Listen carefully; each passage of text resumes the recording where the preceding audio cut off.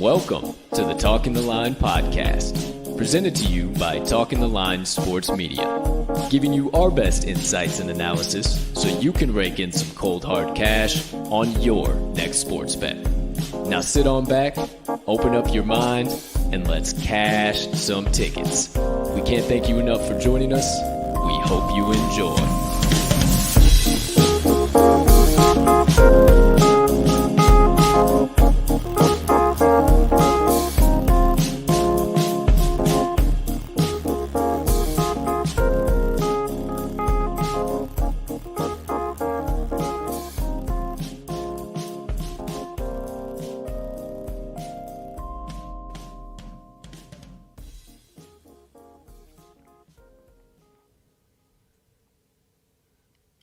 Good morning, good afternoon, good evening, ladies and gentlemen, degenerates and gamblers, far and wide. Welcome in to episode number 185 of the Talking the Line podcast on this absolutely beautiful Friday of Bets, also known as, so you don't have to check your calendar for the first time here today, December the 17th in the year 2021. Cannot thank you enough for stopping by today. I hope you're ready for the absolutely loaded show that always is the Friday episode of the TTL Pod. But before we get on into that, please take a few moments to smash that subscribe button on whatever platform you are currently ingesting the TTL Pod on. If you are watching on YouTube, you might as well hit that notification bell over there as well so you never miss the start of a live show or any additional content dropping from the crew. But if you are watching on one of our social media platforms and you haven't hit that like button or follow button there already, make sure you do so you never miss any of our social content. But for those of you who do like listening to the show, if you are listening on your favorite podcast directory and you haven't hit that subscribe button there already as well, make sure you do so as we do release the audio of every episode after each live show is complete. Next item up on the docket, you can be so kind, you can find it in your heart to do so while you're watching today's show. Go ahead, hit that like button too, leave us a comment, leave us a rating, jump on over yonder in the live chat if you are watching live. Hey, maybe hit that share button too. Send it on over to your brothers, sisters, aunts, uncles, friends, enemies, neighbors, people that live on the opposite side of the globe as you, but you would refer to as a good old-fashioned ticket cash and degenerate, because that's what we are and what we do here at the TTL Pod. And when you do those things, we can't tell you how much we appreciate it, and it only helps us make TTL Sports Media bigger and better for each and every one of you. Last, certainly not least, before we get into all the nonsense today, please take a few moments to head on over to this episode's description, where you will find the Talking the Line link tree. Within that link tree, you will locate the talkingtheline.com website, all of the TTL Crew social platforms, and all of our additional content so you can consume all of that jazz in one convenient location, however and whenever you please.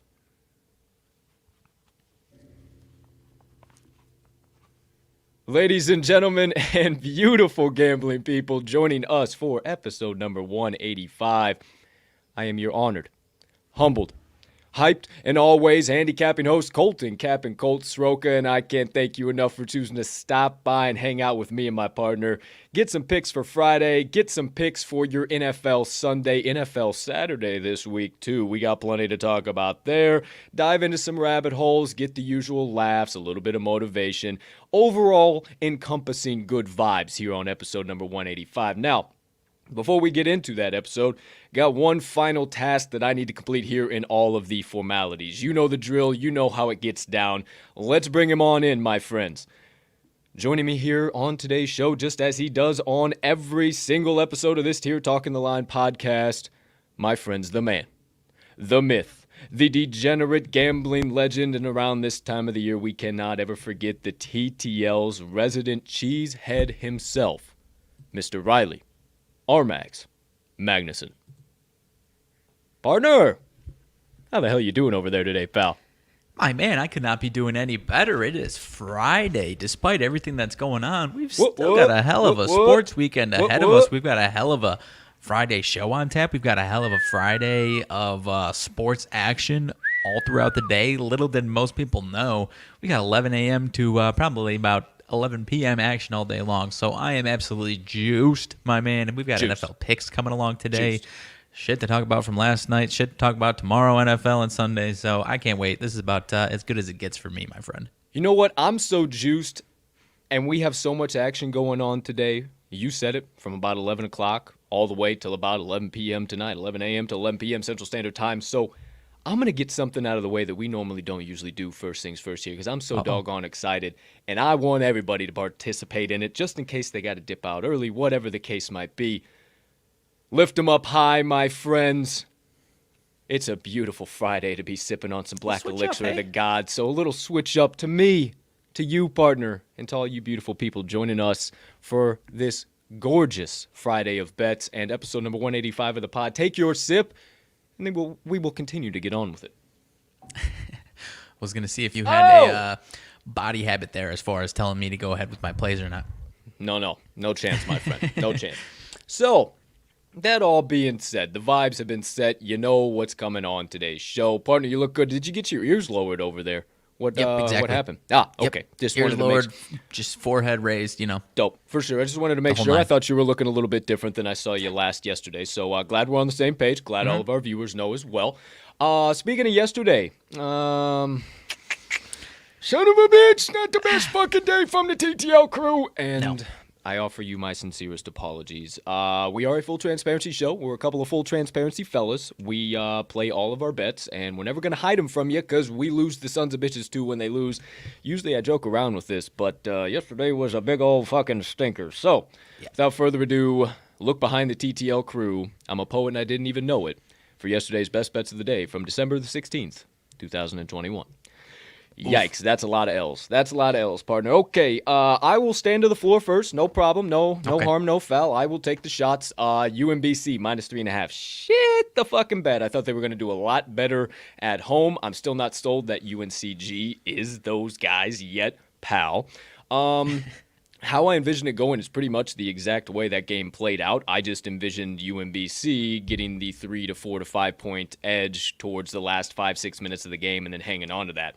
Ended up being the Spartans, and we walked out of there on some bullshit. Speaking of bullshit, the Chargers +3, my friend. Eesh. We had to go all the way to overtime, and as soon as the Kansas City Chiefs won that coin flip, my friends, I knew what was happening to my +3. Overtime is where underdogs go to die in the NFL, and I knew my story had been set last night. So, 0 for 2 day for me, partner. I digress. What do you got to say for yourself? Similar stuff over here, my man. I mean, the under Do I deserve to lose? I honestly don't know. As far as the goofy, goal line stops, probably that should have been an 80-point total. But at the same time, I was sitting at 27 points in the third quarter, in the middle of the third quarter, and thought I had an easy winner, and that one busted. And then KD, with absolutely no supporting cast, just murders me all night long for 48 straight minutes. So that one, I'm a little more upset about that one because obviously, sometimes when you have a fantastic, exciting football game like that, I can kind of eat that one on the chin. But as far as the Sixers not taking care of business against, KD against, with a supporting cast of the likes of you and I, that one's going to chap me a little bit, and I'm going to be thinking about that one. But I'm taking a break, at least for today, on the NBA, my friend.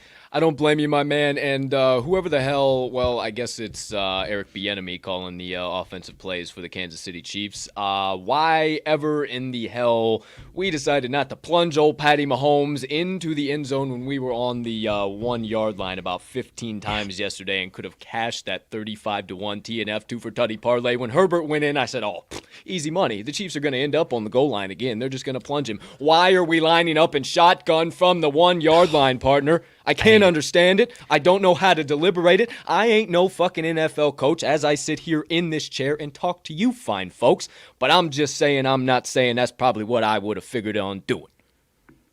Yeah, at least once, man. There was a couple of tries, and then there was the tease at the end of, I think it was the end of a regulation when they were driving to tie it. He had like a 30-yard run, looked like he was wide open C, going to walk into the end zone, and then he has to duck out at the 5. Tease. Just a whole tease as far as Patrick Mahomes, dude.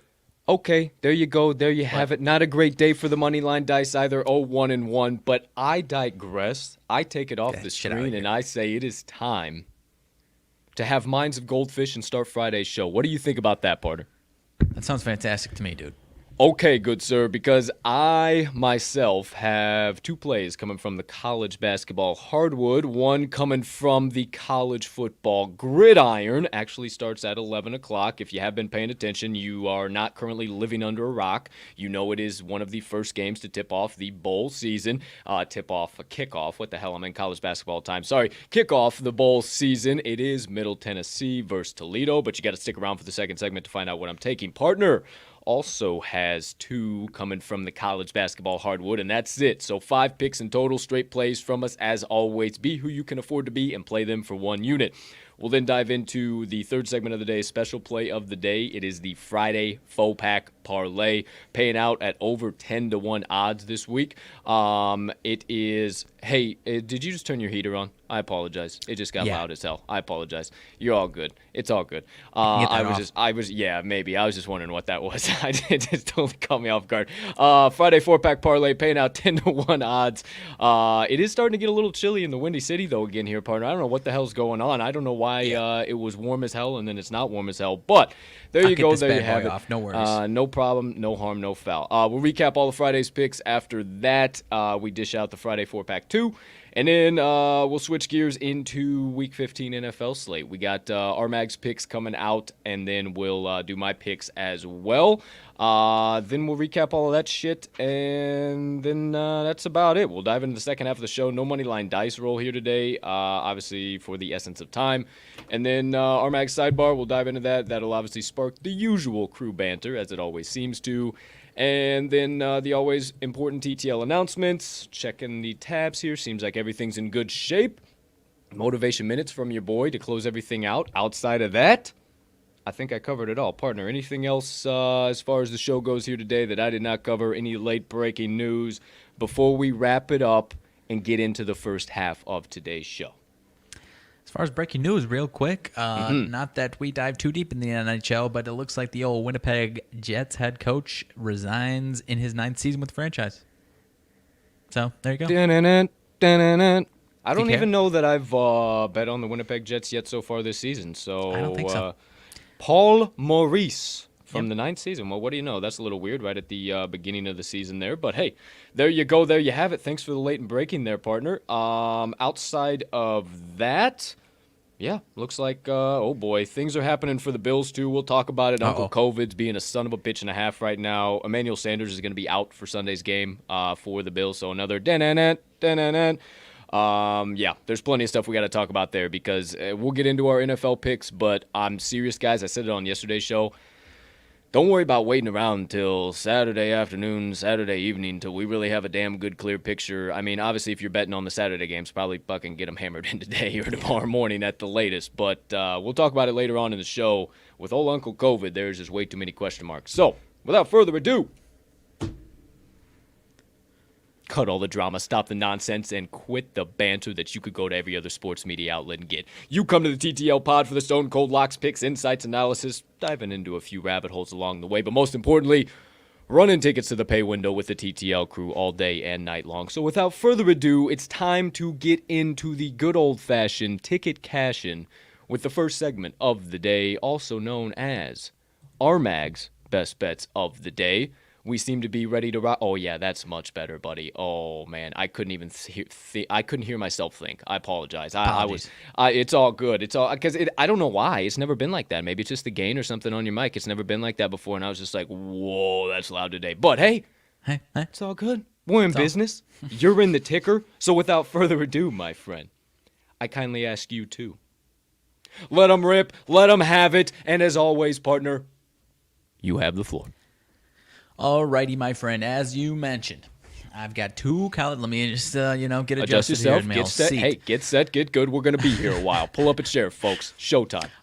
Alrighty, as far as first thing today, this one I actually had to double check myself and did not realize how early this one is. This one is a little 12:30 p.m. Central Standard Time, so a little half past noon action for yours Friday afternoon. I am taking out of the Liberty and East Carolina game on a neutral floor over in Time Warner Cable Arena in Charlotte. That's a taking mouthful. The Liberty Flames -3 at that neutral court. Like I said, I think the records are a little deceiving. Straight up records, that is, partner, in this one. You've got Eastern Carolina coming at 8-2 straight up. They've played the 346th toughest schedule. That is, I'm blanking. Is it 358 teams that are in college basketball? 368. 358, I believe. That's what I thought. Correct. Okay. I don't know why I'm blanking right now. But nonetheless, whether it's bottom 13 or bottom 23 out of 358 or 350 or 368, that's a brutally easy schedule. And I think Liberty, who has played a tougher schedule and only is 6-4 straight up, I think they're going to take care of business here tonight. ECU, partner, has not played since December 7th. We've been talking about it this week, the last couple of days. These teams that have been right around 10 days off kind of come out with some court rust. It's not so much they're not, or it's not so much the the well rested case. It's a little bit of that court rust, and I think we could see that here today.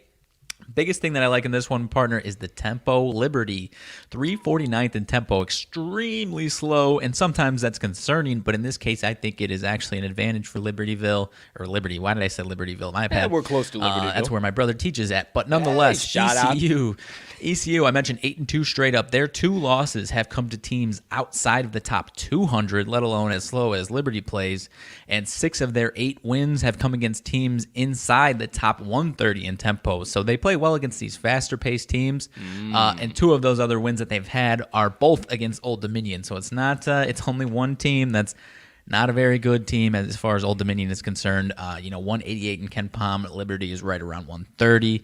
I think Libertyville, again, what am I doing here? Liberty. I don't know why I got my man on the brain here. Shout out the northwest suburbs. But seriously. Yeah, go ahead, continue, sir. But I don't have too much. There really isn't too many trends here. Libertyville, good grief, dude. Liberty okay, maybe just stop trying to say it and just dish out maybe the Flames. How about that? Yeah. There you go. There you go. The Flames. I don't know why I didn't do that the whole time. The Flames. I think they're just a much better team than ECU is, and honestly, just about any team that they've actually played, aside from one of their 2 losses, ECU was Oklahoma. So I think this is the second toughest team that ECE. Oh my gosh, dude. I don't know. I just got too many teams in the brain. I got high schools on the brains. I don't know what's going on.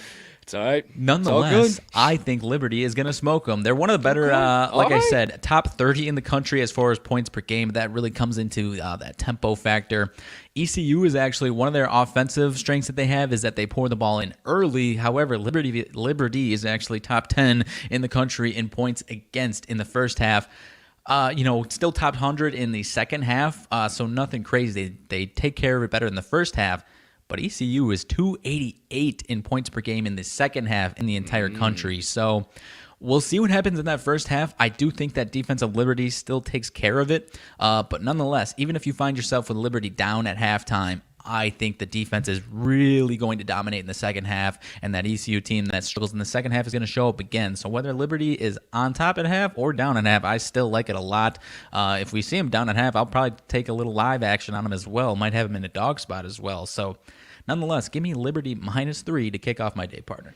Hey, this one didn't jump off the screen to me. I didn't find any particular value, but it does seem to me that the ECU Pirates not playing so well against some tempo teams that go nice, slow, easy pace, grind it out like the Liberty Flames. They don't do so well. So I like where you're going there. I love when it comes down to tempo, one of the biggest things in college basketball. So first and foremost, RMags, first best bet of the day, the Liberty Flames. Exactly what on the spread, sir? -3. -3. There you go. There you have it. My friend, keep it moving, keep it grooving if you could be so kind with your second best bet of the day. All right, partner, this one coming out of teams that also both play extremely slow tempos. I am actually taking out of St. Mary's and San Diego State another neutral court. This one is in Arizona, however. I'm taking the San Diego State Aztecs plus the 2.5 in this one.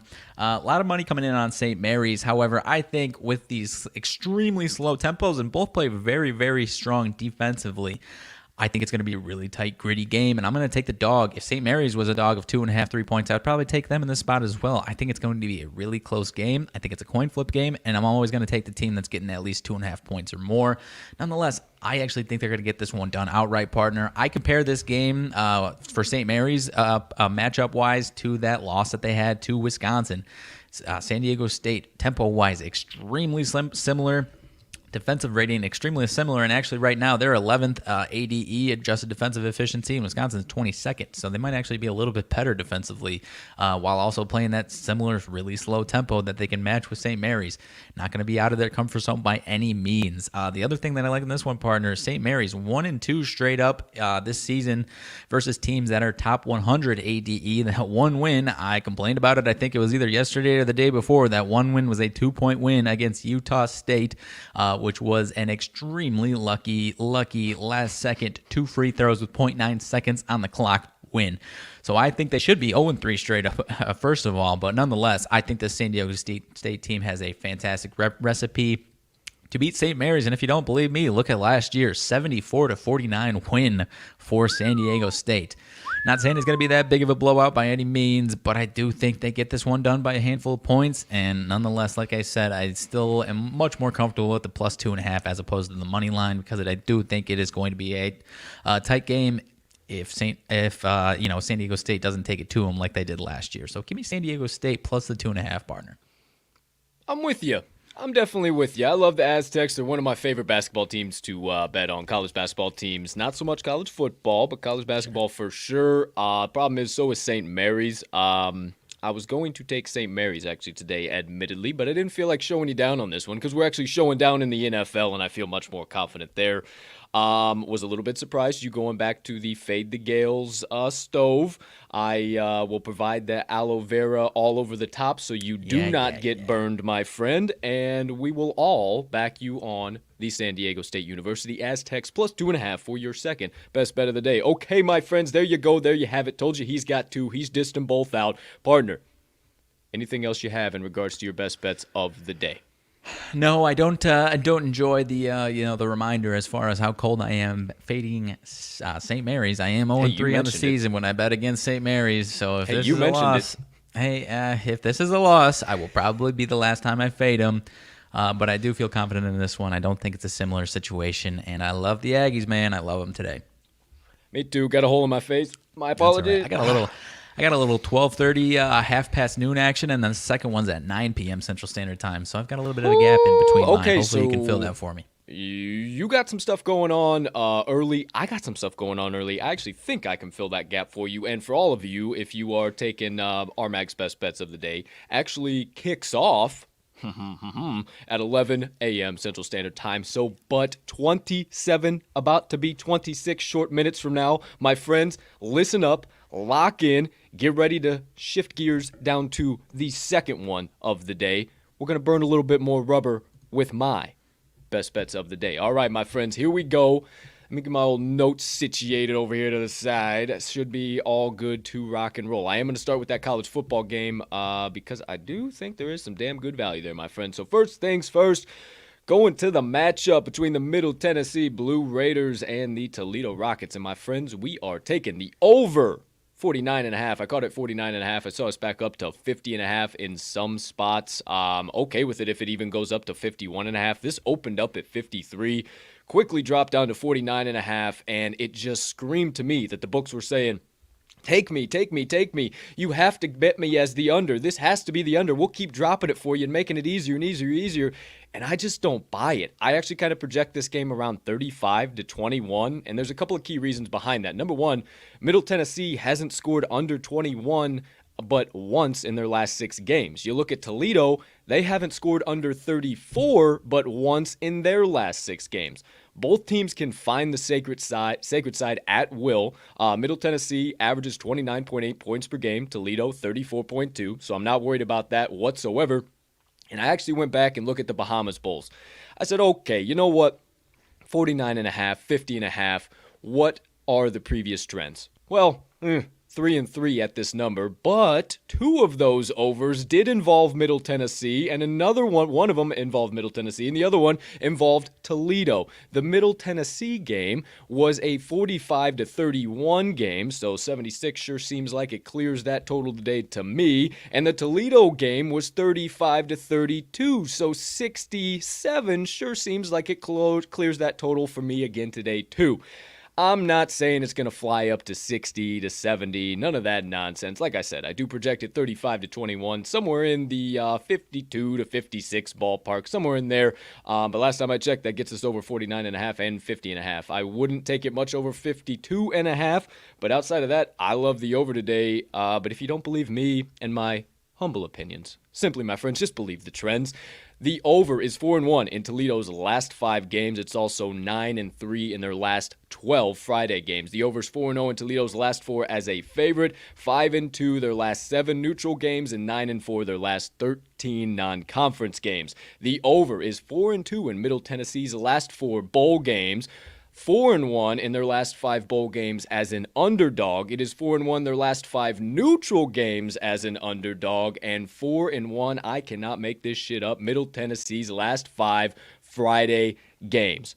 I don't think we're going to have to sweat it all too much. I think we're going to be seeing some scoring here real soon in but 24 short minutes. So I suggest you get it locked in for my first best bet of the day, coming from the college football gridiron, kicking off bowl season, baby. I'm ready to go bowling with the Middle Tennessee Blue Raiders and the Toledo Rockets over 49.5, comfortable to 52.5.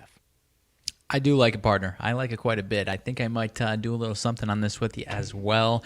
You nailed just about every single math except that it's 34 minutes away from game time as well. Oops. But Oops. No sweat there as well. But hey, man, I was interested in laying the points with Toledo, but I wouldn't be surprised if they get it like a 10-point win, and fail to cover that 10.5, 11 wherever you're seeing it. But I do like that over, man. Because I think Toledo, this might look like a classic MAC game. Although Middle Tennessee isn't a MAC team, I think this could look like a basically de facto MAC game. So how can you not take the over with that going on, my friend? I love it, and I think it's the books begging you to take the under. So there you go. There you have it. My first best bet of the day. Okay, let's switch gears a little bit. This going to the college basketball hardwood this time around, but this one's actually still early afternoon, about 3 o'clock. I do believe tip-off is. We're going to the matchup between the St. Bonaventure Bonnies and the Virginia Tech Hokies. And we're taking the Bonnies plus 2.5, my friends. Raise your hand, please, if you have heard in any form or fashion or even looked at the Bonnies schedule recently and said, well, hell, the Bonnies can't cover shit. Why would I back them at such a low point total? They're not going to be good. That is exactly why this line is like this. It is a setup and a half for the Virginia Tech Hokies. I just lived through it myself when they played Dayton. Now, if this game was in Virginia Tech or at Virginia Tech, I would be all over the Hokies, but it is not. It is on a neutral court, and of course I have trends for that, but that is one of the big reasons why I think this game is a back-and-forth battle, one that potentially St. Bonaventure could win outright, but I will gladly take the 2.5. Virginia Tech is actually kind of struggling offensively. They've only scored 62 in over 62 rather, in one of their last 6 games, compared to St. Bonaventure that scored over 67 in all but one of their last 10 games. So Virginia Tech being a little overvalued here in my mind. They're only 2-4 ATS, their last 6 overall, so they really haven't been setting the world on fire by any means. And St. Bonaventure's actually been winning. They're still the solid team. They've just been incredibly overvalued by the books. They haven't been covering huge double-digit favorite spreads. I love them getting the plus 2.5 here. Couple of key reasons. Number one, turnovers. If anybody's going to cough up the rock, I think it's going to be the Hokies. 51st in offensive turnover percent for them, but 17th in offensive turnover percent for St. Bonaventure. You look at the offensive side of the ball for steal percentage as well. St. Bonaventure values their possessions, values the ball a little bit more. 73rd in offensive steal possession or percentage, and Virginia Tech 136 in that same exact statistic. Everybody wants to talk about Virginia Tech's 3-ball too, but I really don't think it's going to be a huge factor. St. Bonaventure does pretty well at shutting it down. So far on the year, when it comes to their point distribution, 3 points scored against them, they rank 10th in the nation. So pretty damn good. Getting pretty deep, I know, on that stat, but they've been pretty solid against the 3-ball. I also think that St. Bonaventure's height and experience is really going to allow them to string this game out and really overcome once it comes down, because this game will be a sweaty game with the 2.5. I think it'll allow them to really have some success late in the game. They're 116th in height compared to Virginia Tech's 174, so a little bit higher, and also a little bit taller rather, and then also they're a little bit more experienced, 21st in the nation compared to 110th for Virginia Tech. So in tight games like this, I love all these little things, but there's one final thing I also love, partner, and that's the free throw line. St. Bonaventure, 79.1% from the charity stripe. That is 19th in free throw rank per KenPom. Virginia Tech, 71.7 from the stripe, 149th in free throw rate per KenPom. You don't believe me on all of that, on all the stats, on all my goofy opinions? Please, my friends, once again, just believe the trends. St. Bonaventure 4-1-1 ATS last 6 following a straight-up loss, 4-1 ATS last 5 Friday games, and 12-4 ATS last 16 neutral court games. The Hokies are 0-4 ATS their last 4 neutral court games, 1-4 ATS last 5 as a neutral court favorite, and they are 1-5 against the number in their last 6 versus an A10 opponent. Give me all of the St. Bonnies, St. Bonaventure Bonnies, the Bonnies, the Bonnies, all of that in between, plus 2.5 for my second best bet of the day. I like it a lot, partner. I think I'm going to back you on this one. The biggest thing, one of the bigger things that I like as far as why this line is where is that I think a lot of people are picking off that recency or trying to use recency bias, which is misguided, I think, as far as that last loss to UConn. And I just think this is it is a totally different matchup. It's not, I think. It is absolutely a totally different matchup. And I think the Bonnies are going to have a lot more success today. So I'm backing you on this one as well, my friend. Absolutely. No reason for their line to drop when they didn't cover a +4 and drop down to +2. It's a 7.5 for the Hoks, my friends. Thank you, partner. I appreciate your feedback. Let's keep it moving, keep it grooving. My third and final best bet of the day. Going to a matchup that I believe is well under the radar, and it's the one between the University of South Alabama Jaguars against the Tarleton State. Tarleton State. Yeah, I can't even freaking pronounce it correctly. Texans. My friends, we are taking the Jaguars, USA, -1. Now, you might have seen it drop this morning. You might have seen it. Oh, my gosh, I saw it at -2 this morning. Cold, it's already down to -1. That's reverse line movement. We have to hammer in Tarleton State. That's what the books want you to think, my friends. Unfortunately, Tarleton State, I can't even, hey, it was like you with Libertyville.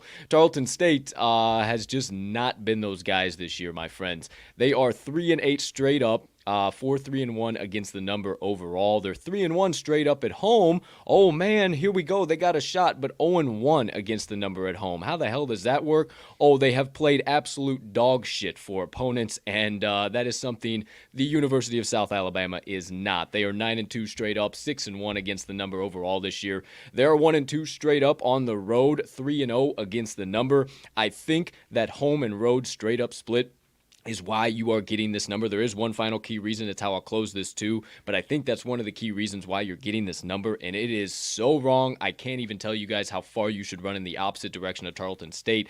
The road games for South Alabama, they played Jacksonville State. They won by 10 points as 3.5-point dogs. And then Alabama and Wichita State. They covered all of the games, but those teams are not Tarleton State unless you don't watch college basketball in any capacity whatsoever.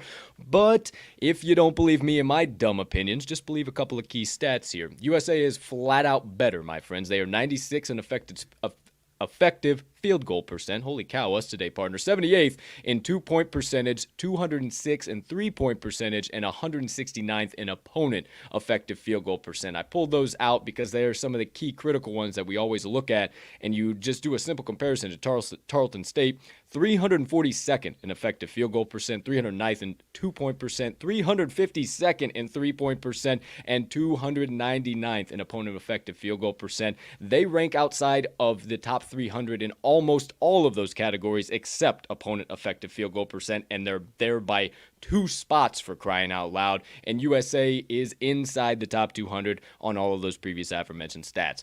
I think it's also going to come down to tempo. I think that the Jaguars are going to boat race the Texans. They are 60th in the nation in tempo compared to Tarleton State, that is 350th. I also think the rebound department's going to be huge here today, too. USA 264th in offensive rebounding percent, 101st on the defensive side of things per KenPom. For Tarleton State, 323rd. Yeah, that is right. 323rd in offensive rebounding percent and 304th in defensive rebounding percent. Goodness gracious. They aren't worth a damn outside of the top 300 there, too. Last but certainly not least, the Jags are just a much bigger, much more physical team. They rank 45th in height per KenPom, and Tarleton State, once again, outside of the top 300, 337th. Now, my friends, you don't believe me, you think I'm crazy, you think that line movement is caca, just believe the trends. USA 6-1 ATS their last 7 overall, 8-2 ATS last 10 road games, and 4-1 ATS last 5 as a favorite. Tarleton State is 5-1 ATS last 7 versus a team with a straight-up winning percent of greater than 600. And USA actually just won a matchup between these two teams back on the 14th as 6.5-point favorites. By the hook, granted, it was by 7 points, and it was in USA. But however, I think that's exactly what the books want you to play into. They want you to see that. They want you to see that this game is played at home for Tarleton State, and they've been so much better. They've taken care of business. They're perfect at home. They've only won or lost 1 game. You don't need to worry about it. They're going to take care of USA. But my friends, I said it at the top. The Tarleton State Texans are simply not those guys, pal. And you don't need to back them. You need to be all over the Jags with me. Do not get set up here today. Take the South Alabama Jags -1 to close out my card in my final best bet of the day. I'm backing you on this one, partner. There is just this, Come on. and I guess I get it, but there's just a bizarre love fest with Tarleton State because, and like I said, I guess I get it because they've covered these huge spread against some of the biggest names in the sport as far as Michigan, Gonzaga, and Kansas, but those are massive spreads, and this is not the same case here. It just isn't. You said it already. They have 3 straight up wins. None of them are Division I opponents. I mean, it's even worse than it looks. I love how you close it out as far as the books are setting you up to think that it's going to be a different story because they just played. I think USA could beat them by 15 this time around. I think they might, and I think the books are setting all y'all up out there if you want to take Tarleton State. But my partner confirmed it. Appreciate your feedback. He's on it with me. You should be too. Final play of the day, USA -1. Okay, there goes my best bets of the day. Time for the third segment of the day here, my friends. Get ready for a little extra juice to add to your Friday bet slip. Today's special play of the day, the Friday Four Pack Parlay. 3 legs coming from the college basketball hardwood, 1 leg coming from the NHL ice. Wouldn't you know it's probably going to be this fucking team right here? Who am I? What do I know? What I do know is that leg number 1 on the Friday Four Pack Parlay, partner, is the Richmond Spiders -2 going up against the NC State Wolfpack. This line stinks to high hell to me. People seem to not believe me. People seem to think that I have put away my mid-major king title. So, partner, could you please confirm for us why this line might be a setup? Seems a little goofy, if you ask me. It is a little goofy, partner. I don't have a ton on this one, but you're given an ACC opponent. Let's see. It is on a neutral floor, but it is in North Carolina.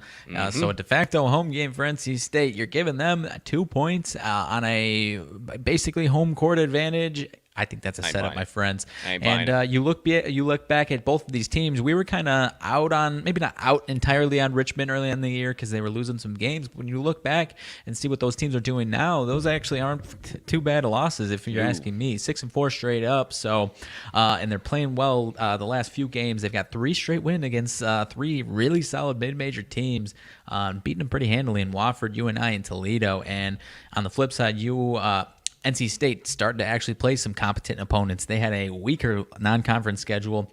Most recent game, obviously, against Purdue. That's a tough one. But a couple games before that, Louisville straight up lost there. So I think NC State, we're going to start to see them slip a little bit, have some regression. And Richmond, on the other hand, is going to start having some positive regression. It did move down to -1.5, but just kind of honoring a lot of money, if you ask me, because it hasn't really flipped as far as how much money is coming in. About 80% of money coming in on NC State with 70% of bets. So I think they're just honoring that on a short line that is going to make you think that NC State is still a side and have even more money pour into that side, but it's not going to be the case. So give us the old Richmond Spiders on... Partner, I know you're not too much into this world, but Spider-Man opening night as far as the movie theaters, give us the damn Richmond Spiders on the 4-pack, dude. For sure, man. Yeah, Spider-Man, Marvel World. You know I love it. All right. As far as some key trends, Spiders 11-4 ATS last 15 games following an ATS loss. I don't get down with the new Spider-Man, bro. It lost me after 1-2. Wolfpack, NC State, they are 2-5 ATS last 7 versus a team with a winning straight-up record. See, this is why I don't get into it with you freaking Marvel nerds. 2-9 ATS in their last 11 overall, and 0-4 ATS in their last 4 games following an ATS win. Give us Spiders, once again, first leg on the Friday 4-pack parlay. I might have just pissed off some people watching this here show. I don't care. Piss me off. I don't watch them. Second leg on today's special play. Friday 4-pack parlay. We're going to the matchup between the Villanova Wildcats and the Creighton Blue Jays. We're taking the Creighton Blue Jays plus 6.5. Once again, kind of seems like a setup line if you ask me. Seems like a little bit too easy for the Villanova Wildcats that are just a wagon, bro. They've been so good, and they're actually struggling just a little bit. I mean, they're still the Wildcats, but I don't think they're going to absolutely destroy the Jays in any capacity. The Jays have been pretty damn sneaky, especially at home. I think this will be a damn good game. A couple of trends for me before I kick it over to you real quick, partner. Creighton 5-1 ATS last 6 Friday games, 9-4 ATS last 13 home games versus a team with a winning road record. Villanova 3-9 ATS last 12 road games overall, and 2-5 ATS last 7 games versus a team with a winning percent above 600. So, struggling against that top level opponent there, and I think Creighton is kind of flying under the radar. I want to say they're flying under the radar, but a lot of people really aren't giving them that respect yet, and I see a boatload of money flying in on Villanova and no real line movement here this morning. So, what say you about the second leg on the Friday 4-pack parlay? Yeah, really, the only thing I can add is that Nova's offense. I'm a big fan of Nova on the season. I think they'll be fantastic. I think they're a dark horse for the entire thing, but their offense right now, 30, obviously Baylor's the best defensive team in the country, but held them down to 36 points in the game before that, and an extremely weak defense in Syracuse. They only put up 67, and you say, okay, well, they won that game by 14. They shot a record for three-pointers. I mentioned it last week. They should have scored 90 points, so that 67 is actually a ugly kind of outing against that Syracuse defense, if you ask me. So I'm happy to fade a struggling offense tonight on the road, partner.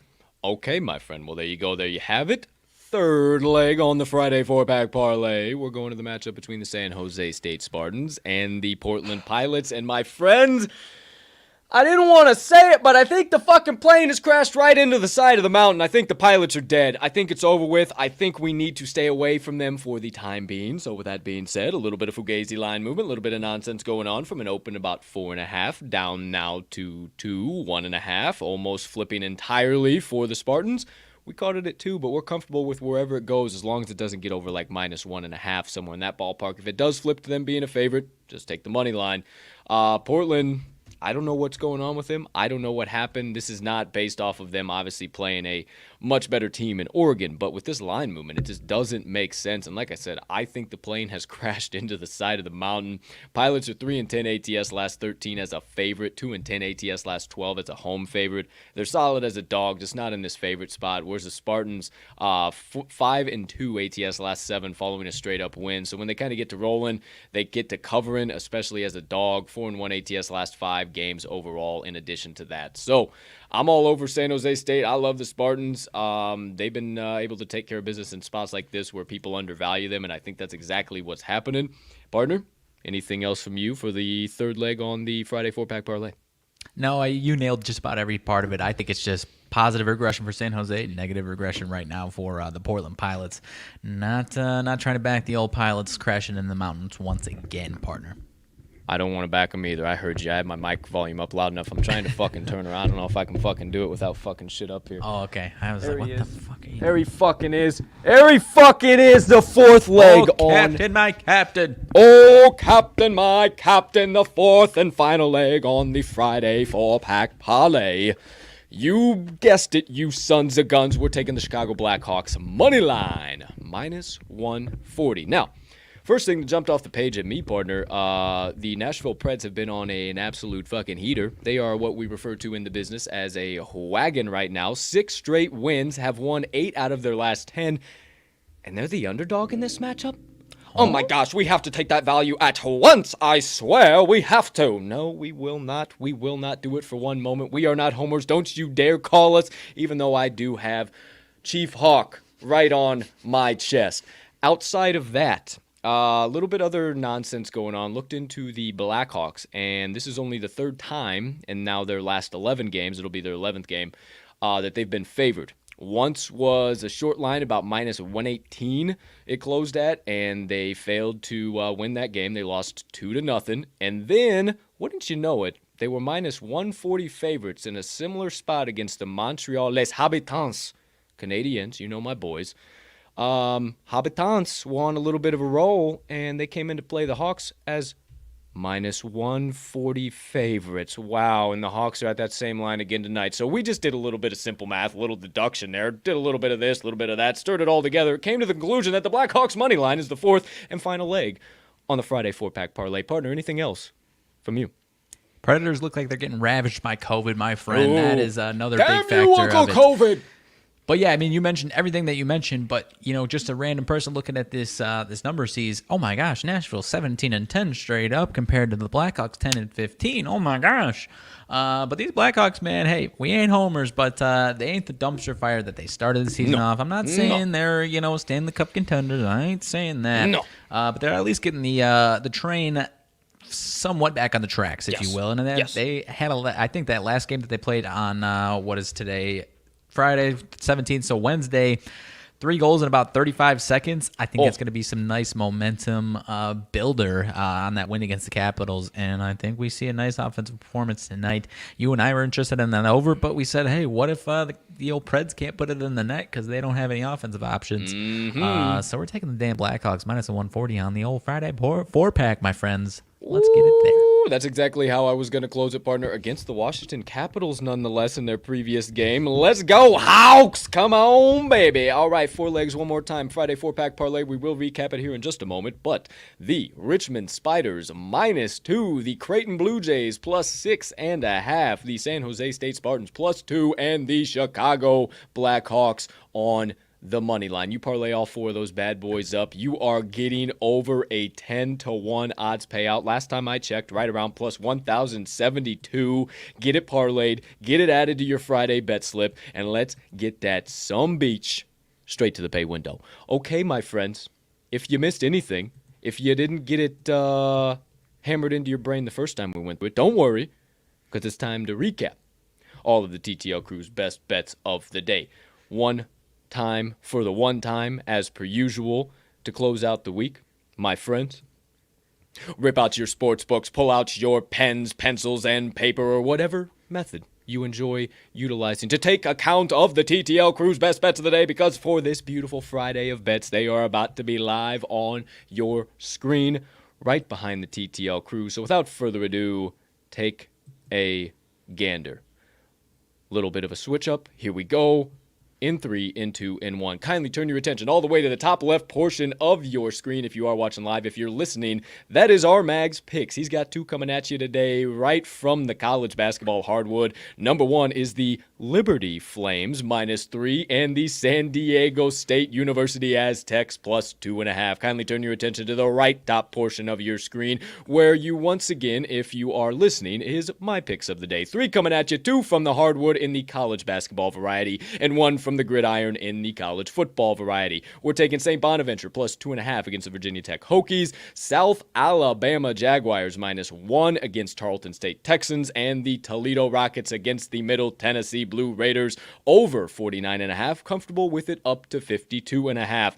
One final time, directly above us, the Friday Four Pack Parlay. 4 legs on that bad boy to get you a little extra beer money for this beautiful weekend.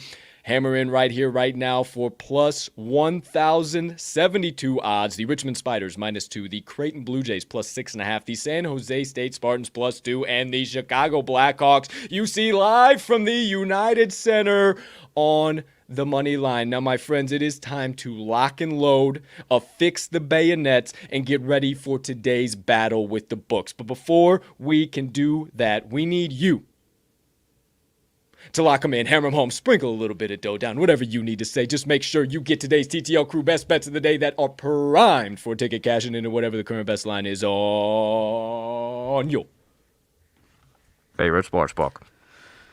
I freaking love it, my man. Let's go. I freaking love it. I'm liking the Friday Four Pack, man. We need to get one to the window, but just the name of it feels like it gives me an extra excuse to crush, a 4-pack of beers on my Friday evening. Who's to Crush say? a 4-pack while you're watching the 4-pack, cash to the pay window, and then by the time you finish that 4-pack, you'll have enough money in the bankroll to go buy yourself another 4-pack. Bingo, bango, zingo, zango. I see a 6-pick sweep from the TTL Crew. The broom is out of the closet. I'm ready to rock and roll. The broom gifts are fired up for our social media later. So get ready.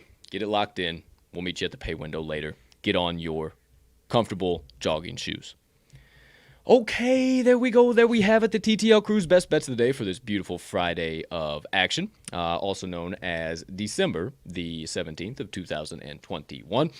Now, you know, a Friday show wouldn't be a Friday show here at the TTL Pod if we didn't dive into some upcoming NFL action as well. So, my friends, it's time to switch gears here just a little bit. Now, drop it into the 4th gear of the day, the 4th official segment, and burn a little bit more rubber with RMags. Week 15 NFL best bets of the weekend. Now, my friend, I know you got 2 to dish out.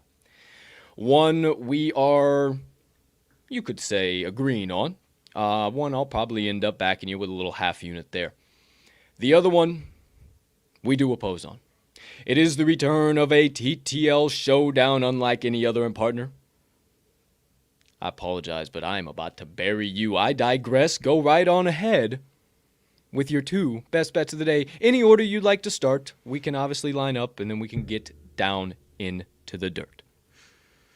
Let's start with the one we're lining up on, partner. For the most part, we're going to tomorrow's action. Patriots and Colts. Patriots on the road. I'm going money line, partner. I am going Patriots in the dog spot on the money line. I'm taking 2.5. You put it at 2.5. Despite the at certain points in the year, this is a spot where you might say, "Oh, that's a hot team in the Patriots." That's kind of a setup line. I think it's so much that it's becoming a reverse trap for the Colts. A lot of money, the majority of money, is now coming in on the Colts, and I think that's a mistake. I think that's the wrong side, as do you, partner. As far as the rushing game for the Colts, that is obviously their strength on offense, and not I don't want to say it's definitely not a weakness for the Patriots. It's not their most glaring strength by any means. No. But one thing that I really like is that in the on the entire season, they are number 9 in the league in opponents rushing first downs per game gained on the ground. So I think that's really solid. I think when it matters, they do take care of stopping them on the ground to pick up those first downs. I think they're going to cause a lot of issues for Carson Wentz. This seems like a perfect spot where over the season we've backed Carson Wentz and the Colts, and then throughout the game he throws at least 2 of those. Carson Wentz, what in the hell are you thinking? More like Carl Wentz. Yeah, have you ever played football in your life? I think I don't see any way we don't see that at least once, partner, against Bill Belichick in the way this defense is playing right now. I think so. The Colts are 15th in yards per completion on the season on offense, and the Patriots are actually 14th on the entire season at 10.1, but the last 3 games, partner, 7.4 yards per completion. You say, oh, Riley, come on, you're picking off on that Monday game against the Bills, and I say, actually, hang on a second. The Bills were 8.7, so higher than that average, actually. So that average is being carried by the 2 games before that that were played in a dome in Atlanta and I believe against Tennessee. So that number is standing way out to me, and that's what makes me think Carson Wentz going to have a rough day. You actually have to go back to October, partner, to find a team that has scored more than 13 points. Take it away from me. I don't have any trends. I'm sure you do, but that's all I got on this one. Got me on the wrong side here. Patriots money line for my first one of the day. Go ahead. Sounds like we're pretty much lining up exact same thought for thought. I just like the 2.5, but I probably am going to take the money line too. I'm not buying the Colts hype train. Coming off of a bye, they should be good enough to at least win by a field goal at home. That's set up in a half to me, my friends. And I think that if this was at Gillette instead of Lucas Oil, the Patriots would be favored. This is Bill Belichick ticket cashing season, and I'm not going to fade the man. I don't care what you guys want to say.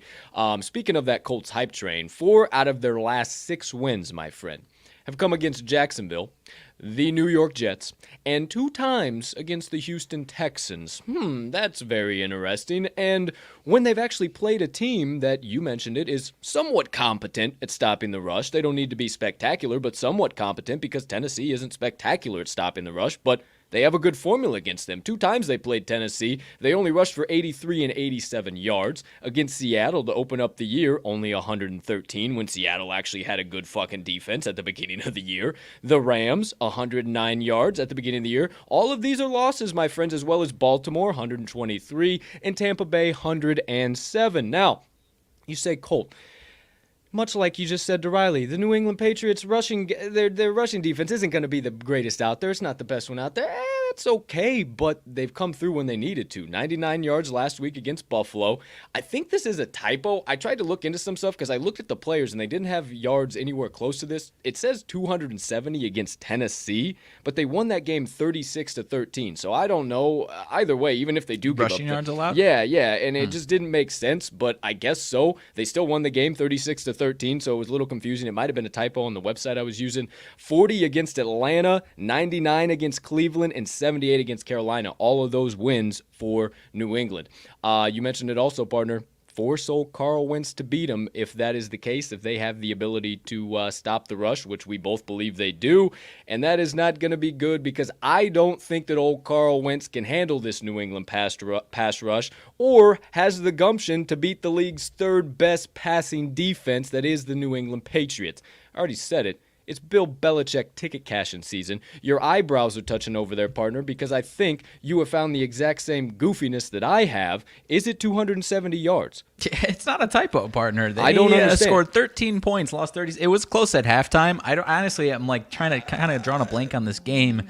I wasn't going to bring it to the show, but I was like, 207, they still won that fucking game 36-13. I'm not going to hide that. Like, even if something happens, which I don't think that's going to happen, like, they still took care of business. So I said it at the top. This is Bill Belichick ticket cashing season. We do not bet against Bill and the boys in December and January.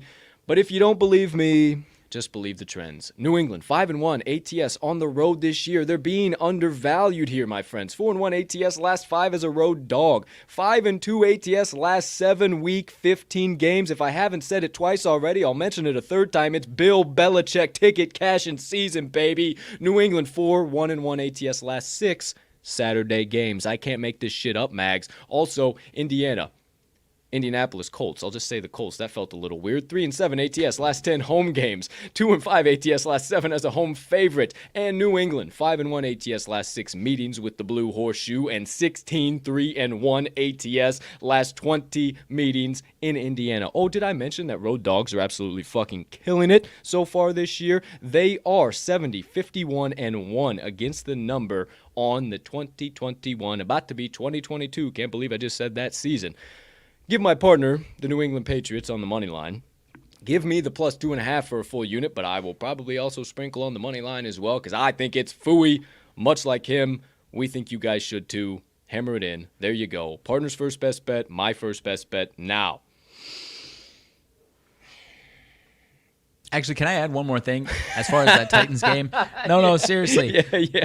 Because it's still inexplicable, and maybe that's something similar, but much like that game, that was a situation where at some point Ryan Tannehill was going to have to beat him. He was 11 for 21 with 93 yards, a touchdown and an interception. I'm not saying Wentz is going to be that bad, but I think at some point, I think it's going to be if that the Colts bad. win this game, it's going to be from Carson Wentz, and I'm not betting on Carson Wentz against Bill Belichick, man. 150%, dude. I mean, I think he's going to be that bad. Like, I think you are going to see the real tried and true version of Mr. Carson Wentz. And if we do so vaguely remember the last time maybe that Bill saw Carson Wentz, in his old Eagles team, he might still have a little bit of a grudge against the young man. Even though he wasn't playing, even though it was Nick Foles, he might have a little bit of grudge. Who knows? Who's to say? Who am I? What do I know? But I ain't betting against Bill Belichick in December, I'll tell you that. Maybe he's thinking if you were playing, we would have kicked your ass. Maybe. I don't know.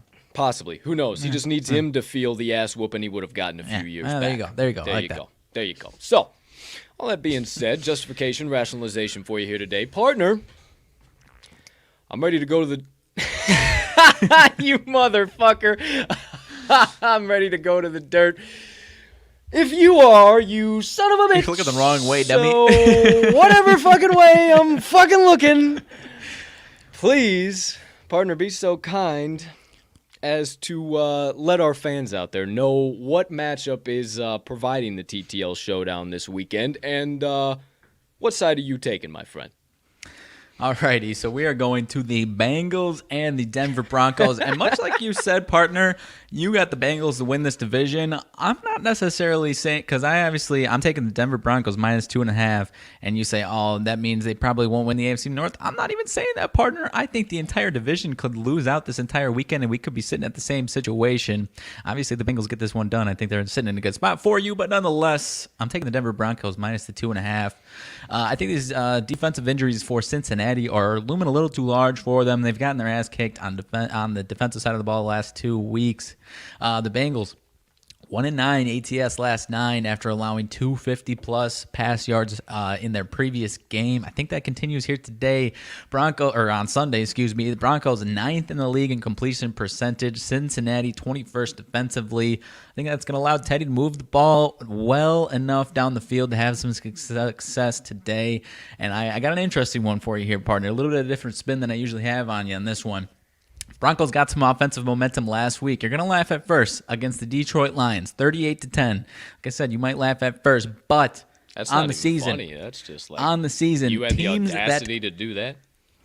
Teams that cover against the Detroit Lions in their following game are 3-1 ATS and straight up. It is a get-right game for whoever is able to take care of business against the Detroit Lions. And I think that's what we got here in the Denver Broncos against a Cincinnati defense that is massively struggling. I think we see that again today. Like I said, despite I think the Bengals losing, I think you still got some positive action potentially coming down your way the last 3 weeks of the season with the Cincinnati Bengals, but not on Sunday. Give me the Broncos minus 2.5. It's going to be the last 4 weeks, my friends, and I have to respect the early line movement of it going to 2.5 to 3 as a gambling man, as a long-term gambling man, or else I would be hammering in the money line here. But I don't want to get a bad beat this week, so I will be taking all of the points. I'm fine with 2.5 as well. A couple of key reasons. Number one, if you bet with me last week, you know what we suffered through. The Cincinnati Bengals got fucking stiffed last week in overtime. Books don't set lines like that and allow teams to just rake them over the coals. And the public had the best entire week that it did last week. And I don't see it happening again. No way, no how, no problem, no harm, no foul. Are the books going to let the Cincinnati Bengals be set up again? They are going to be the setup side. This line is short enough. Oh, it's in Mile High. The Broncos are playing well enough after beating a pretty piss-poor Detroit Lions team to come in and whoop some ass. I don't think so, my friends. Number two, I simply cannot see Cincinnati losing 3 straight up and 3 ATS. Okay, maybe straight up. Maybe my plus 230 ticket ends up being dead. Maybe they do end up losing this game, but there ain't no way they're failing to cover 3 straight games. It just doesn't happen. This game is played on the gridiron, not on the stat sheet. This is gambling, baby. Things happen in this world. Number 3. Did I miss something where all of a sudden Denver is now becoming a juggernaut just because they got that win against Detroit Lions? I don't care about no 3-1 ATS against whoever doggone team is probably the best teams in the freaking league, something that the Denver Broncos are not, my friend. I don't care about that win or that cover last week against the Detroit Lions. They didn't have half their damn team in the first place. The Denver Broncos are not those guys, pal, and I do not believe in Teddy Covers or Vic Fangio and the boys. But if you don't believe me, well, one final thing here. Honestly, when I watch the Denver Broncos, they remind me of the Chicago Bears. And you're betting on the Chicago Bears this week. No, give me a fucking break. No. You have to hold your breath on every single. I told you I was going to bury him. Every single offensive play, you have to hold your breath when the Denver Broncos have the ball, and that is simply not the case for the Cincinnati Bengals. They can rip the top off the defense with old Jamar Chase, with T. Higgins, with Tyler Boyd, whatever they need. Once Joe Mixon gets working and moving and grooving against this Denver team as well, I think it's going to be smooth sailing for the boys, baby. But you don't believe me, just believe the trends. Oh, did I mention road dogs are 70-51-1 ATS so far on the season? What do you know about that? I can't remember if I did or not. Denver's also 3-8-1 ATS last 12 following a straight-up win of 14+. Letdown spot, it becomes 3-2 ATS for that little cute Detroit Lions stat you gave earlier. Denver also 1-4 ATS last 5 week, 15 games. Fangio ain't doing. He's 1-5 ATS last 6 versus the AFC, and 1-5 straight up versus an AFC North opponent. Cincinnati 4-1 ATS last 5 road games, 5-2 ATS last 7 following a straight-up loss, 4-0 ATS the last 4 meetings in Denver, so the mile-high advantage means nothing to the Cincinnati Bengals, and the dog in this matchup in the last 10 meetings is 8-2 against the number. Give me the Cincinnati Bengals +3, +2.5, and let's get it to the pay window if you guys know the right side to be on. It's over here with me. Speaking of the Bears or the Denver Broncos, give me a fucking break. Speaking of the Bears, 20th in the NFL in points per game, going up against the 7th in the NFL. That feels like a Bears versus Packers game if I've ever done it in my life. I can't believe I'm saying it like that, but it's how it feels. Your Bears fell into my trend of teams that cover against the Lions and then take care of business the next week. Got a straight up win over the Raiders early in the season. Raiders suck. I like the Broncos, man. Raiders suck. But honestly, as far as this one is concerned, as far as a little like line reading, another one that I've been enjoying. Bengals at +2.5, coming in at +105 on the spread on DraftKings. Love it. You love that? Juice. Okay, love fair it. enough. No juice. Okay, all right, you can have it. Okay, partner. I'll put away the gloves if you put away the gloves. I will, because I do enjoy your next one, and I'm still undecided if I want to back you, but I do like it. So go ahead. Okay, well, we'll talk about it. There you go. TTL Cruise showdown for the weekend wraps up RMags best bets. Still love you, pal. Let's keep it moving. My best bets of the weekend. Okay, I already talked about the Pats +2.5. Probably going with you over there, partner, on the money line as well. A little sprinkle. Obviously, you know where I'm going in the Bengals and Broncos game. Let's wrap it up. I only got one more play, but partner, say it with me, my friend. You know exactly where the fuck I'm going. Jags gone Jag. And there is no fucking way on this earth, regardless of whatever clarity that team has found because of firing Urban Meyer and now putting Darrell Bevell at the helm.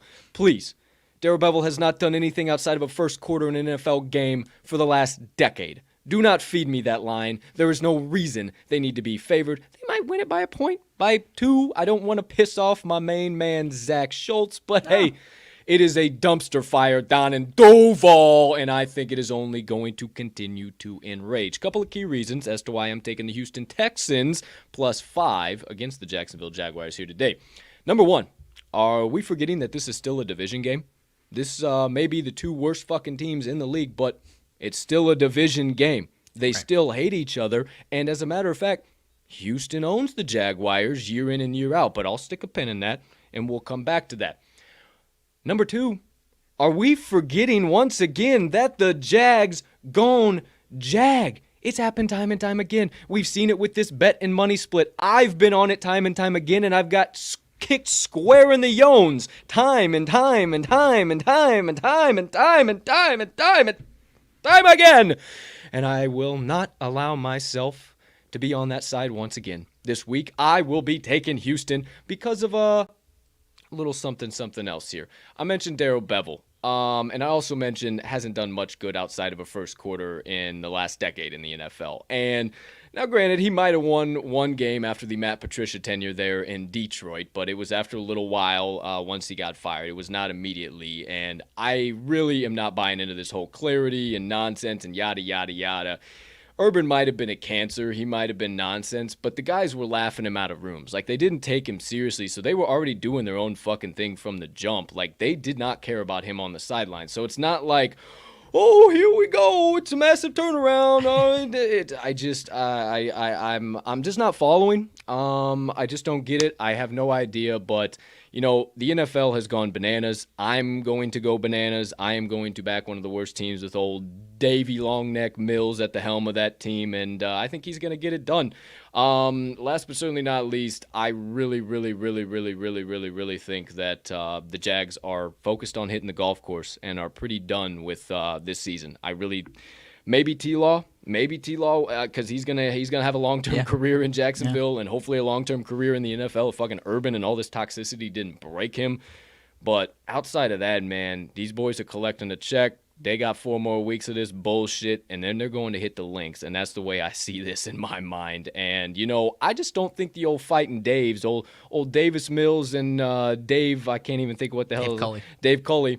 And the old fighting Daves are going to still have a little something left going on down there. But you don't believe me? To close out my NFL card, my friends, believe the trends. The Jacksonville Jags are 2-7 ATS their last 9 home games, 2-8 ATS last 10 as a favorite. Combine the two, they are 1-5 ATS their last 6 as a home favorite. They're also 0-4 ATS last 4 following a straight-up loss of 14+, and 2-4 ATS last 6 versus the AFC South. How about those Houston Texans? Well, I'm glad you asked, because they're 4-2 their ATS their last 6 against the AFC South. 5-2 ATS last 7 meetings with these Jaguars. 5-2 ATS last 7 meetings in Jacksonville, so phooey to the home field advantage. And they're 5-1 straight up last 6 meetings in Jacksonville as well. You guys are insane if you are going to lay points with the Jacksonville Jaguars, regardless of split, regardless of public dog, regardless of anything. You're out of your damn mind if you are taking and laying the doggone favorite points with the Jacksonville Jaguars. I will not be, and I suggest you do not as well. For my final NFL best bet of the week, probably add some, especially for the shout-out Balcony Bets Parlay of the day, always on the Twitter, Sunday mornings, but I digress with the Houston Texans, +5. I like it, partner. Interesting movement all over the place, because I agree with you. It wouldn't shock me if the Jaguars got this one done by a field goal or less, but to actually, and if you take it to the house and you win on it, good for you, but to actually have the confidence to lay more than a field goal of points with the Jacksonville Jaguars is asinine to me. Because you said it. I mean, I think Trevor Lawrence is going to be, still focused, but I think the defense, regardless of anything else, the wheels have fallen off, especially the last couple of weeks, and I think that's going to continue here today. 3.5, it's down to 3.5 on DraftKings, 4.5, 5 over on FanDuel, it looks like. So, I think there was some of that overreaction, got people to, oh my gosh, Jaguars, and then they were like, wait a second, I just bet on the Jaguars over more than a field goal. And now they dropped it back down, so I would be good with this one personally. I don't know about you if I was taking this 3.5, or I probably wouldn't go 3. Maybe you would. Would you go down to 3? I would. Yeah, I would. Okay. Mags, I think the Texans win this game outright. I think the Texans win this game outright. They smoked him in the mouth the first time around, dude. Yeah. I guess it was Tyron Distill. Davey Mills. I don't give a shit. Davey Mills is decent, boy. Don't hate on Davey. Don't hate on Davey. Come on, no. I honestly think, give me the points, but I think they win it. Last thing, and we can get going. Box score game last week for the Texans, 13-33. You and I were watching that one pretty closely. It was a lot closer than that. We had some action that score on it. Tells us. Yeah, we had some action on it for sure. So, like how you close that, my man. There you go. There you have it. My best bets of the Week 15 NFL season. Okay, in case you missed any of them, let's recap all of Sunday's best bets. Well, Saturday and Sunday. Rip out your sports books one more time, my friends, or maybe your writing material, so you can just take stock of our best bets and hammer them in case any late breaking news comes out. I am pretty confident, though, that all of our plays, none of that is going to happen. So turn your attention behind us for the final time today. The TTL Crew's best bets of the day for NFL Sunday. Right above us, RMags Picks. He is saying phooey to the points. I am taking all of the plus money parlay action. Give me the Patriots on the money line tomorrow against the Indianapolis Colts. He's also showing me down. He said, partner, I don't give a damn. I think you are full of shit. And I said, okay, that's fine. Do what you got to do. He's hammering in the Denver Broncos -2.5. You'll see me hammering in the Cincinnati Bengals +3. Okay with +2.5 as well. Just caught it on a little bit of a goofy movement. No problem. No harm. No foul. I said, partner, you're full of shit on your side. I'm getting it to the pay window. So you be the judge. What side is getting into the window? You know it's a TTL showdown. I also have 2 plays coming at you in addition to that. I'm taking the Pats +2.5, so kind of lining up with my partner, but I like the 2.5 point backing. Probably going to sprinkle on the money line as well. And then I just absolutely cannot see the Jaguars lane any more than 2.5 regardless of location. So I caught the Houston Texans at +5. Be sure to do your line shopping because it is down to 3.5 in some locations. There you go. There you have them. Lock them in, hammer them home, sprinkle a little bit of cheddar cheese down, whatever you need to say. Just make sure you get this weekend's TTL crew best bets of the NFL Sunday. In it, whatever the current best line is on your favorite sports book. Alrighty. How about that? Let's go. Let's go. Okay, bring you back in the picture with me here, partner. Okay.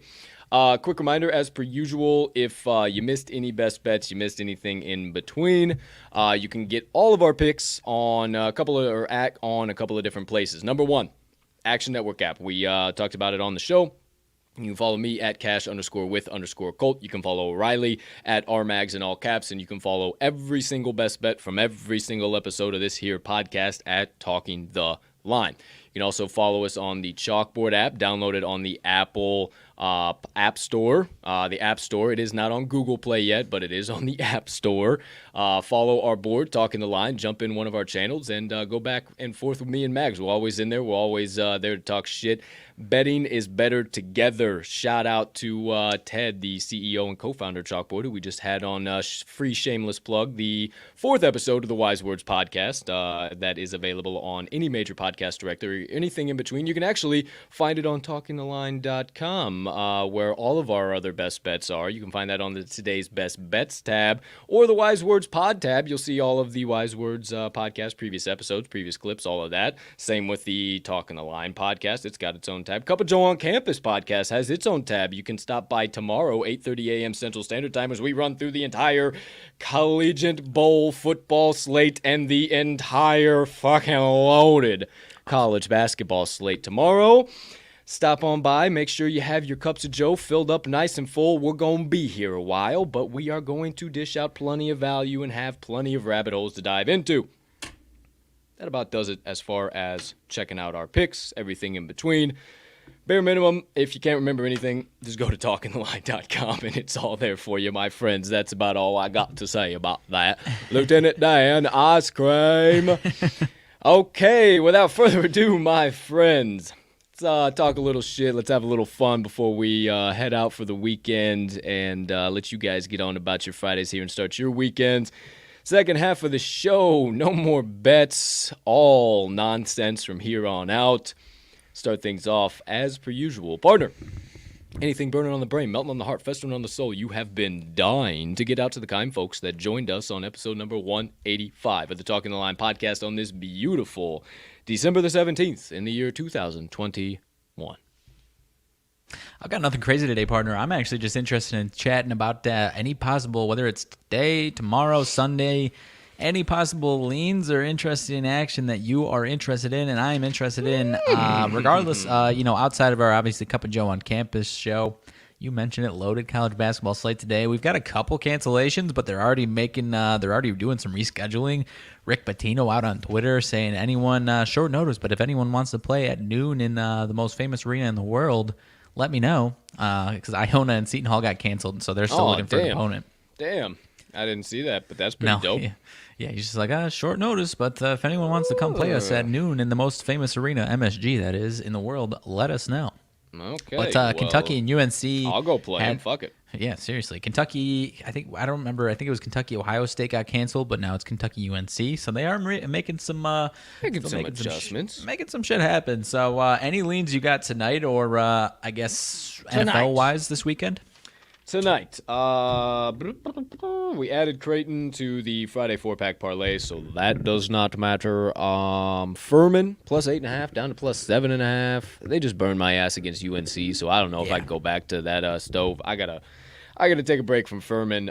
We added Richmond, too. That was also a lean of mine. So, yeah, outside of that, college basketball slate past 2 days has kind of been a little tricky. Not so much value, but sometimes it's all right to kind of reset the wheels, get a couple of ticket cashers, and get the hell out of there. So, that what I would have tonight. Obviously, can't bet on that NIU and Coastal Carolina game. I wish we could. That would be pretty freaking sweet. Yeah. Any particular way you would lean if we could do that one? You know me and my Shants. I would take them damn near almost every single time, but with how NIU has played this year, man, and you're going to give me an NIU team that, they've been pretty damn sneaky in some spots, giving me 11.5 points. I don't know, man. It's an awful lot of points, but I also think Coastal Carolina is just that much of a damn dog. So we'll see what happens. I know, we'll see how it goes. I know a lot of people are pissed off about NIU because they have this weird, I think it's like fourth down conversion percentage. It's just like they're due for this massive regression, but it just doesn't happen, and they go for it and they get it and they win these games. And you have the box score game a couple of weeks ago where they lost by 21 against Western Michigan, but if you remember, they had locked up their half of the MAC division that they need to get into the MAC championship, and they didn't really give a shit about winning that game, so they said, let's take a rest. So that's a box score game. I mean, call me a homer, because my hometown was about 40 minutes away from NIU. Not going to say I'm an NIU fan, but I always have a soft spot, so maybe I'm a homer, but I would take those points with the Huskies, man. Yeah, I'm good. I could give a shit less about him either way. But I don't know. I'm hoping for a good game, though, because I will probably be watching that one for sure. Yeah.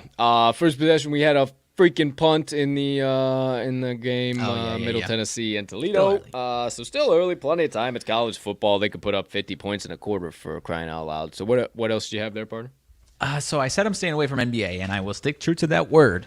But as far as I will, I promise. But as far as, because I need to take a break, I do have a lean as far as Golden State dropping from 4-3 on the road in Boston, despite getting about 70-75% of money. Seems like another Golden State trap. They've been still playing decent, but not that same steaming down the tracks, 18-2 straight up juggernaut that they were to start the season. They're a little scuffly right now. Yep. So like I said, I'm staying away from it, but I would really be interested in the Celtics in that spot. I think I would be too. You know me, once again, staying far away, probably till turn of the new year, because usually it's Christmas time and shit is still way too far bananas for me in the NBA to back anything with confidence. So yeah, I have not put out a single NBA play on this show, and I will not until probably after turn of the year. There's just no point, and I know you love them, I know you're putting them out, but it is too fucking bananas right now. Another one, but I'll see where your thoughts are on this one. The Pelicans +2 at home for the Milwaukee Bucks. Bucks getting, I believe this one has dropped down from 3.5 to 2.5 to 1.5. The Bucks getting like 80-90% of money. But the Pelicans sitting there at +2 look pretty tasty to me. Definitely not going to take it because I would be like, oh, that means Giannis is not going to play, right? And you would probably say that's the correct assumption. But again, I'm done assuming on these NBA injuries for the time being, but another lean would be the Pelicans +2. For sure, I think that's kind of where I'd lean, especially with that line movement. But again, no solid play for me. I need a day off, man. Good idea. Need a day off. Good idea. Okay. NFL-wise, was kind of starting to become a fan of the Washington and Philadelphia over 44. Glad I did not fucking hammer that in because now half of the fucking team on both sides are out. Taylor Heineke and Kyle Allen both out. Garrett Gilbert slated to get the start for the Washington football team this weekend, so that should be just Nick Mullins for the Washington football team? That's for the Cleveland Browns. Yeah, my bad. You're right. Might be. You got... No, you're right.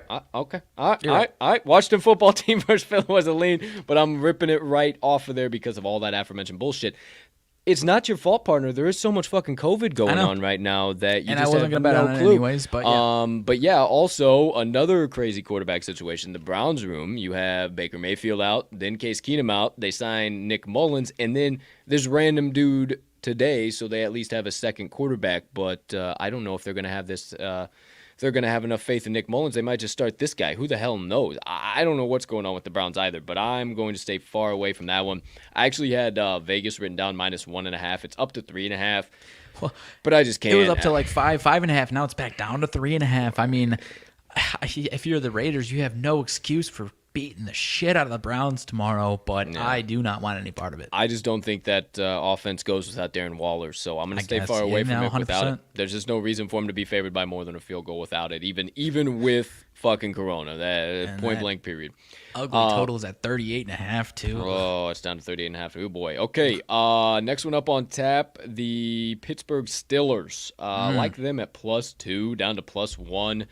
That movement really had me intrigued, but I just don't know what the Steelers are, man. I don't know if you can get all the way in the boat with them at this point in time. I think you need to stay away. I think the line's short for a reason. I don't know what the Titans are in the same vein, honestly. I don't know what both these teams are. I was trying to fit myself in, but I might just have to sit out.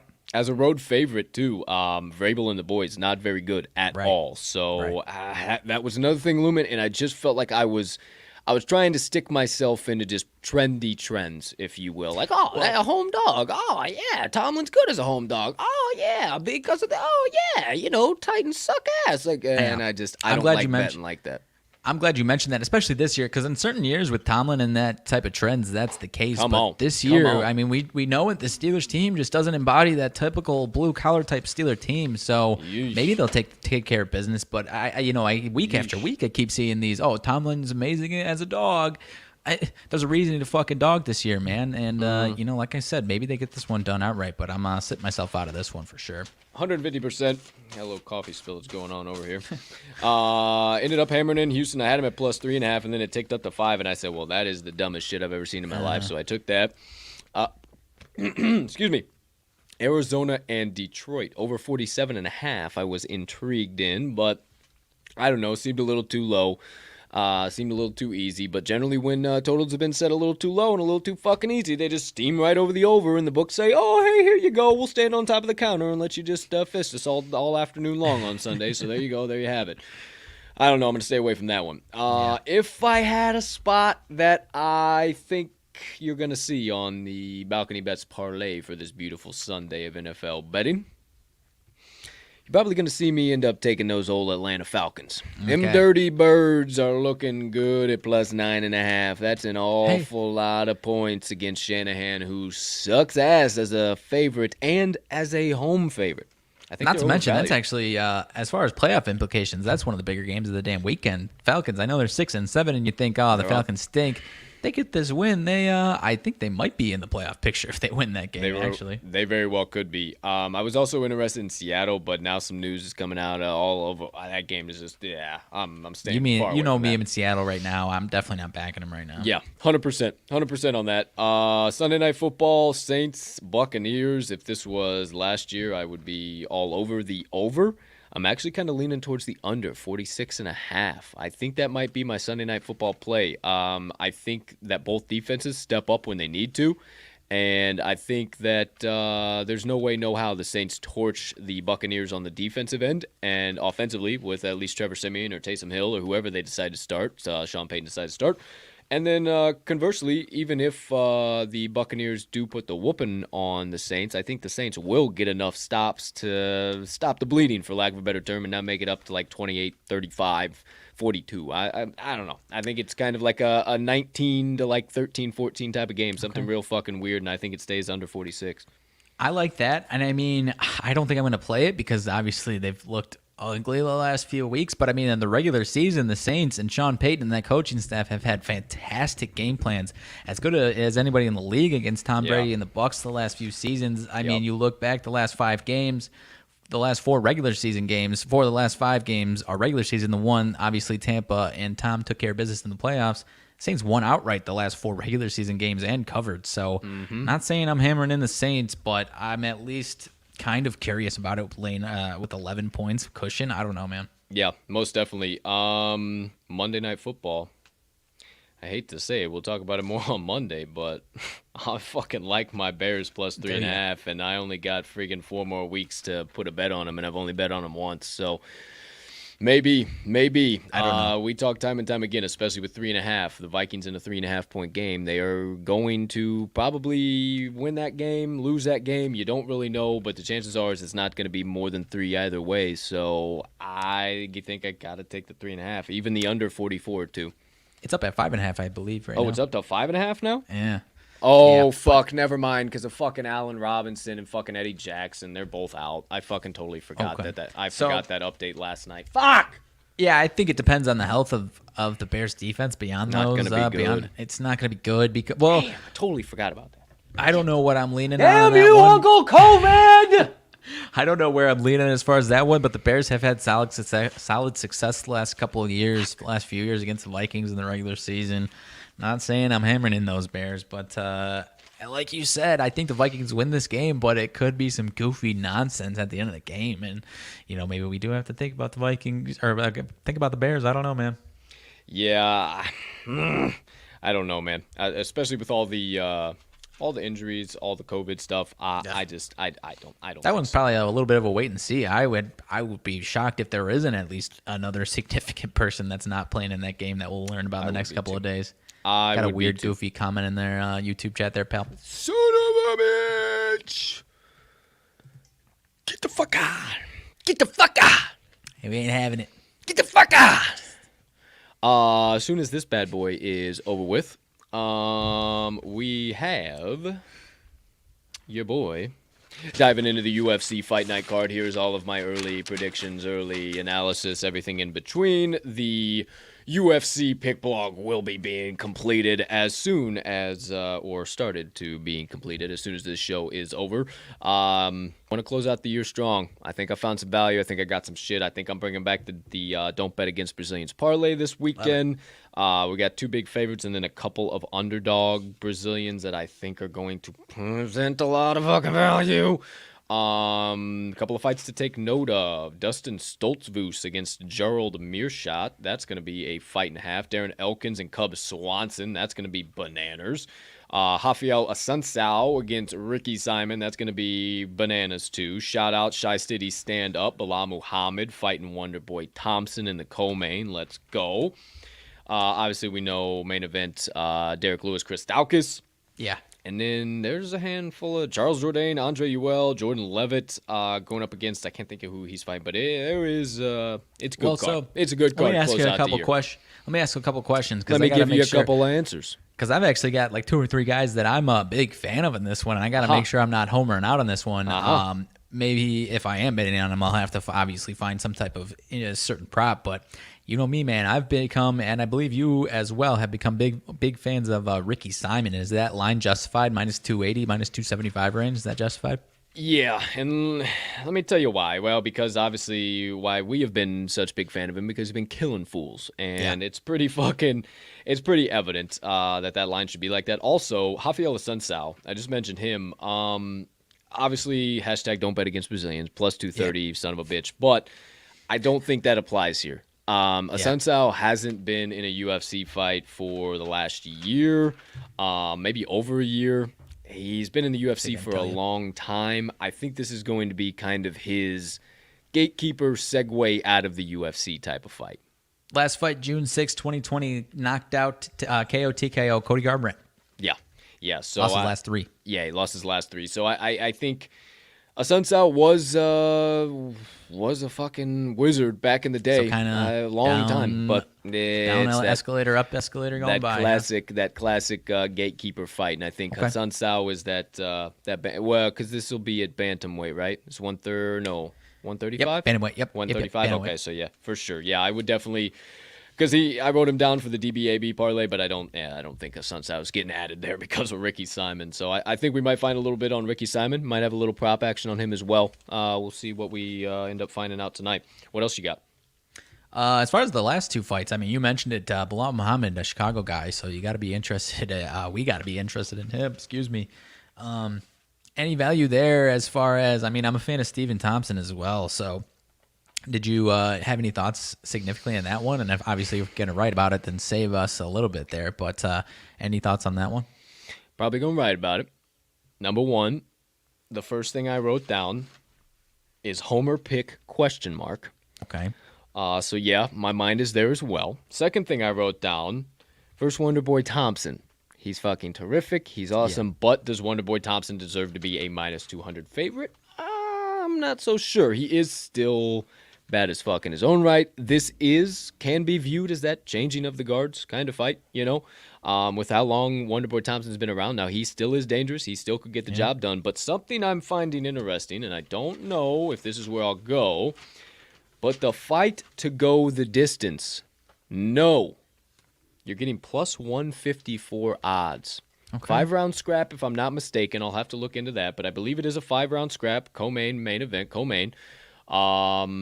I either see Wonderboy catching Bilal or Bilal using that wrestling and getting the job done. I don't know what happens, but I don't see this going all 25 minutes, so there might be a little bit of value there, a fight to not go the distance as far as that one goes. It's a big fight, man. That's a big fight. I also do like a little bit of a sprinkle on Bilal, but we'll see if we end up having a little bit of a pick on him. Last one for you?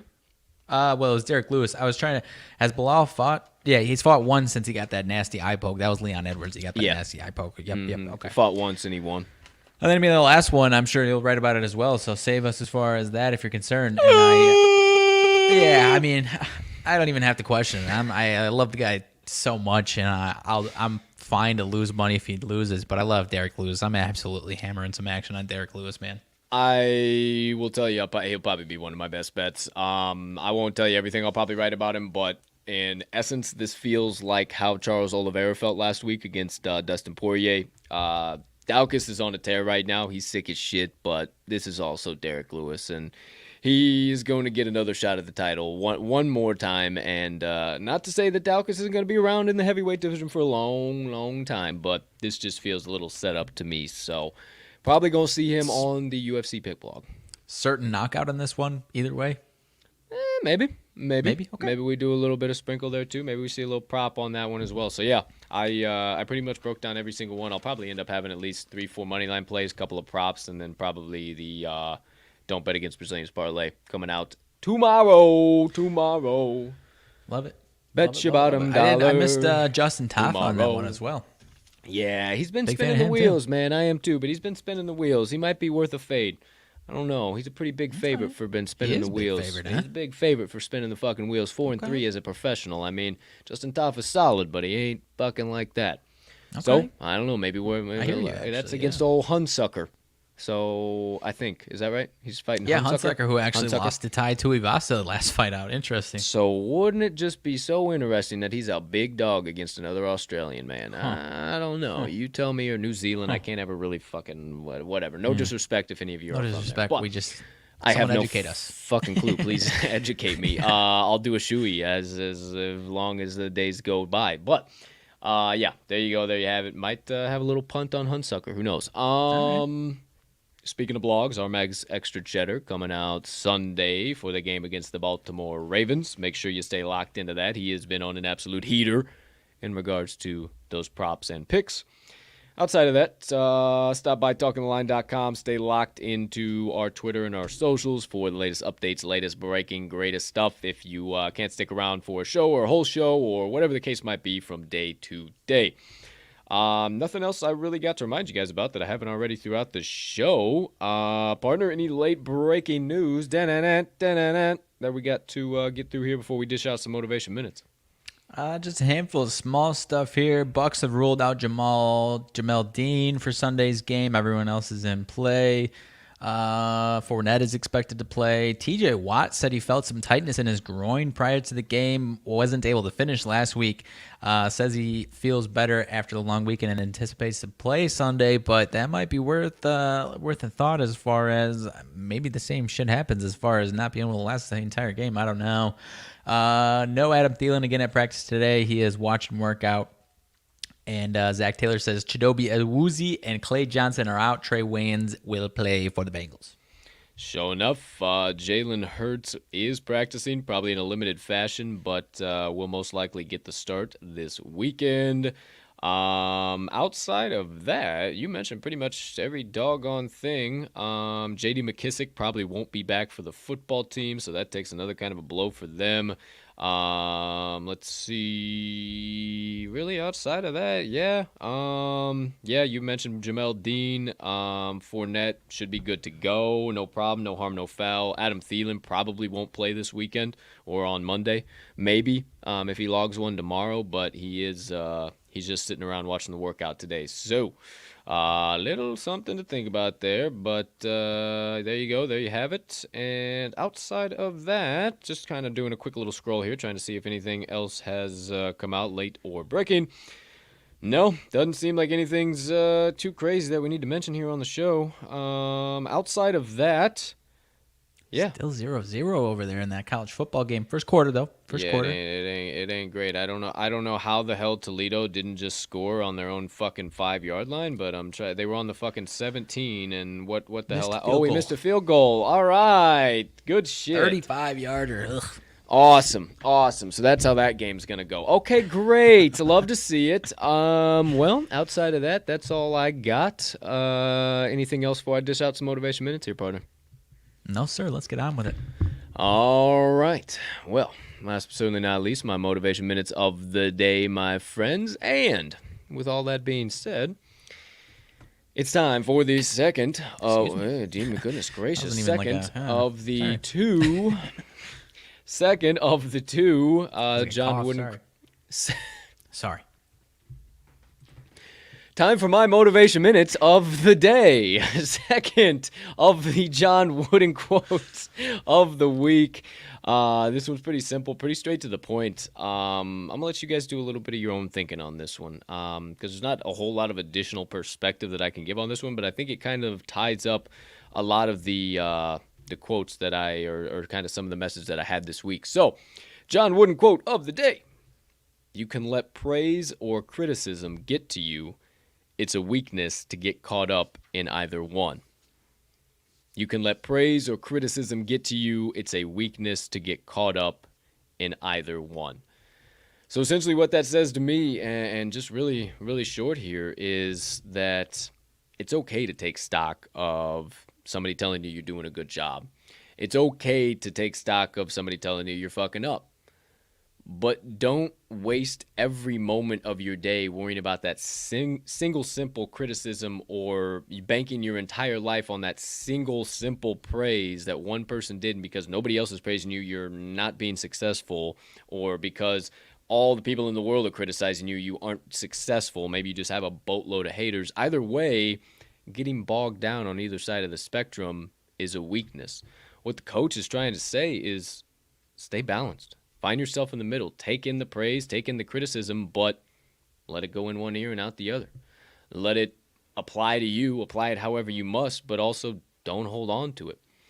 It's pretty short, pretty simple, pretty straightforward, but I think it has a lot of power and a lot of thought-provoking ability to it for the quote of the day. So one more time, my friends. You can let praise or criticism get to you. It's a weakness to get caught up in either one. And that does it for my motivation minutes of the day. I like it, my man. Apologies at the top, but I do like it.